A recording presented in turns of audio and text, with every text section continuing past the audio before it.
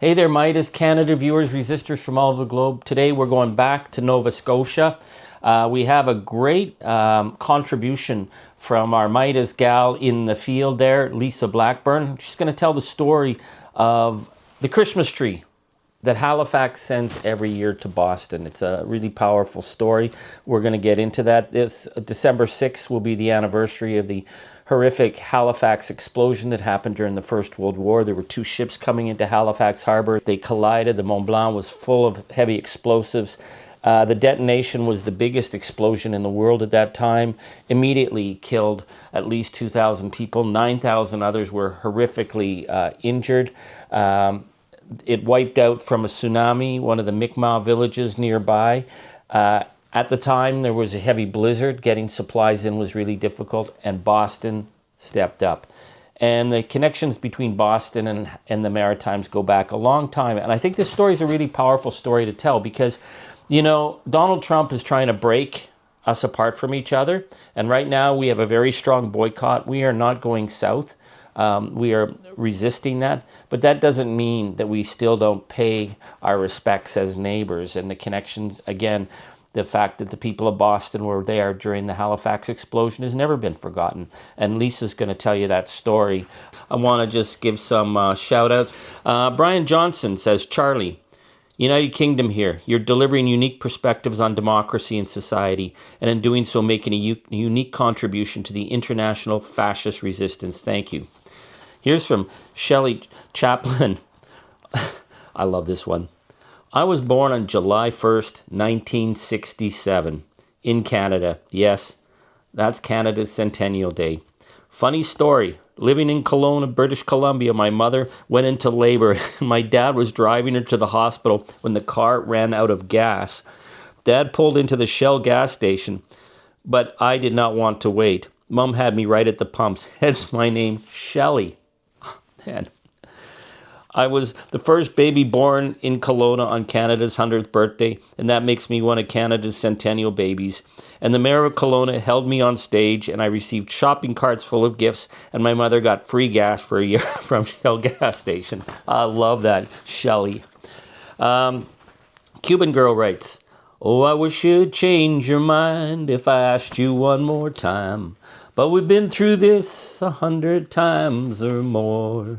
Yeah, 4 strong winds that blow lonely, 7 seas that run high. And she says, 2 of my favorite Canadians are Ian Tyson and Charlie Angus. Keep singing, Charlie. She said, I practice this song every day with Alberta Bound and Rainy Day People. I will keep my Canadian stories alive through song. Keep kicking in the darkness until it bleeds daylight. Canada strong. And this is from Alf and Colleen McNeil in Claresholm, Alberta. From one Barra McNeil to another, my wife and I want to thank you for being such great friends to our country. We've lived in Alberta for 90 years, and yours is the most refreshing political outlook we can remember. P.S. We even recognize your accent, very Canadian. Please keep up the good work. Well, thank you, cousins. Yes, my mother's a Barra McNeil from Iona, Cape Breton, exiled. The family were to work the mines in Timmins. I'm never really think too much of my Canadian accent. I know when I got elected, the comms director at the New Democratic Party had a problem with my accent. I remember I gave one of my first speeches in Parliament and she said, what the heck are you doing? You're dropping your G's on your endings. And I said, what? What are you talking about? She said, you went to a meeting. It's called a meeting. It's not a meeting. I said, yeah, we went to a meeting. And she said, and what's with this use? Well, in the north, where I come from, we have a tradition of being respectful. So we use the second person plural, which is yous, as in yous guys. If we're informal, it's yiz. We, of course, in the north, we get a real mixture with the franglais, they call it. Little bits of French expressions mixed in with English, and sometimes indigenous, where in the indigenous accent, sometimes they put the pronoun at the end, like, yeah, ever sick him, or yeah, I was really tired me. And you start mixing that up and it makes for Canadian accents. I think we're going to have to do a thing one of these days on regional expressions. There are many different regional expressions across the country, and some don't seem to make sense anywhere else but where they're from, and certainly accents. So if the guy's talking to you right this, And you want to talk back, you got to be able to talk the language, right? Eh? So we're going to get down to talking about accents one of these days because it's a lot of fun. It's some of the things we do. But anyways, enough of all that malarkey. Let's get down to Lisa Blackburn's reporting from the Christmas tree project in Halifax.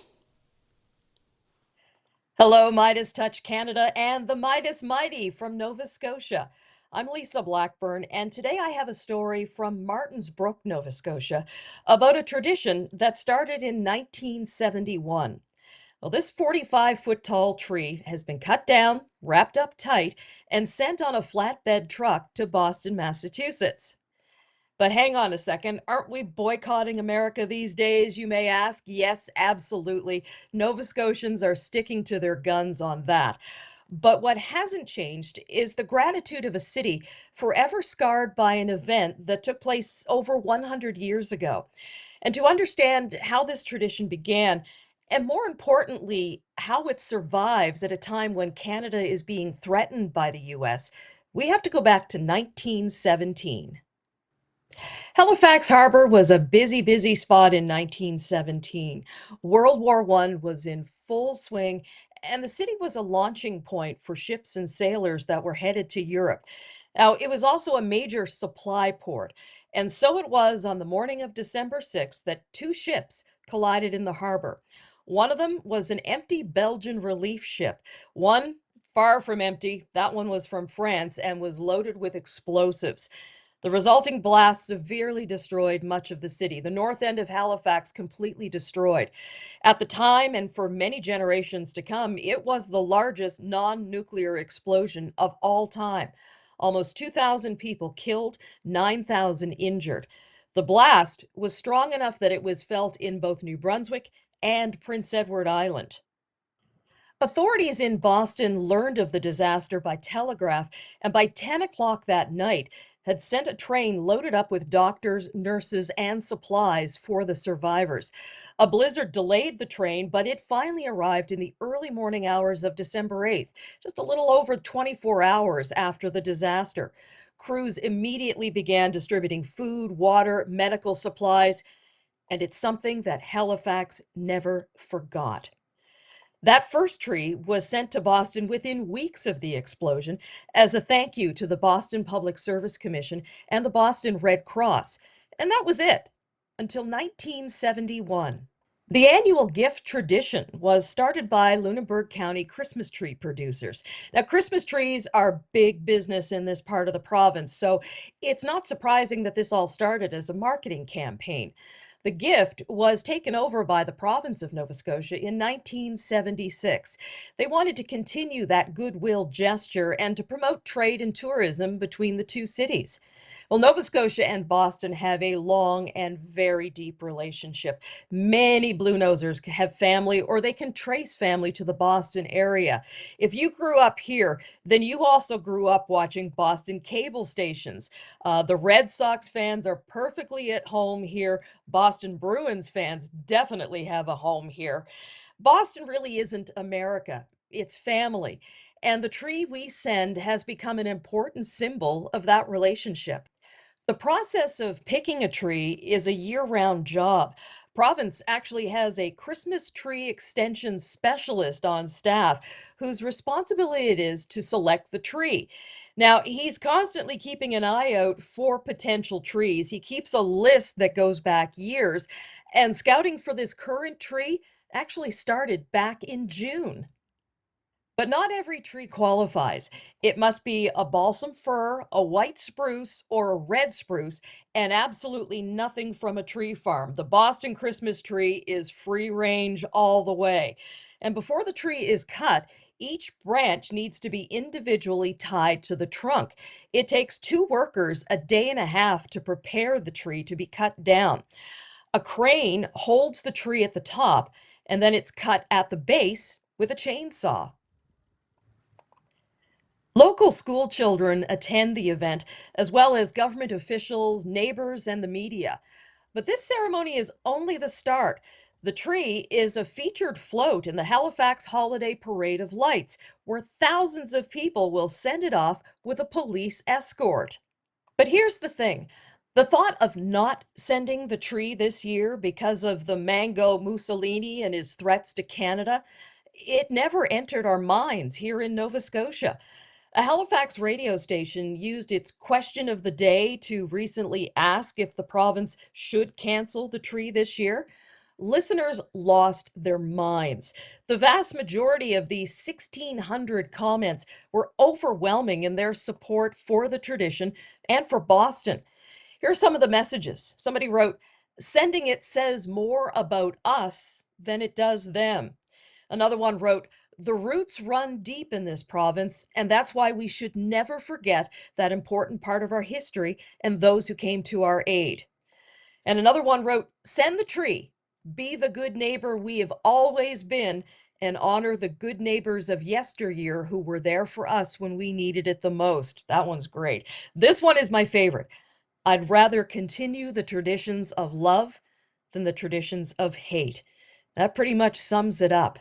So the tree is going to be hitting the road to Boston with school children and a police escort waiting for it in Massachusetts. It's also going to be decorated and on display in the Boston Common with a tree lighting ceremony that's set for December the 4th. The mayor of Boston, Michelle Wu, will attend the celebrations, but for the first time, she was on hand for the actual tree cutting. She said it was her first ever trip to Nova Scotia. While watching the U.S. federal government destroy many long-standing relationships, Wu wondered several times if Nova Scotia was still going to want to continue the tradition this year. She didn't have to worry. This, my friends, is our act of resistance. This is our way of kicking at the darkness until it bleeds daylight. And that's what I've always admired about Meidas Canada, the clear line that you draw between the actions of the MAGA government and the people of the United States. As the Canadian resistance, we can call out the actions of an administration while still standing with everyday Americans who are simply doing their best in a difficult moment. Nova Scotians may have canceled their Florida vacations. We may be refusing to buy California produce, but we will not compromise on our values. The high road has a much better view. I'm Lisa Blackburn for Meidas Canada. Thank you, Lisa, for that great reporting. What a beautiful story. You know, we're telling these stories because it's really important for us not to be divided from each other. This is the MAGA playbook, the playbook of rage, the playbook of blame, the playbook of making you feel you're on your own. Well, we're not on our own. We are in this together. And we are not just in this together in our region, in Canada, but we are in this together around the world because the extremists are working across borders, and so do we. And part of our resistance is talking of stories of celebration and community, because we are stronger than them, and we're going to come through this. And the way we're going to come through this is by remembering the goodness and to trust each other. So this is a new experiment of us having a Meidas gal out in the field.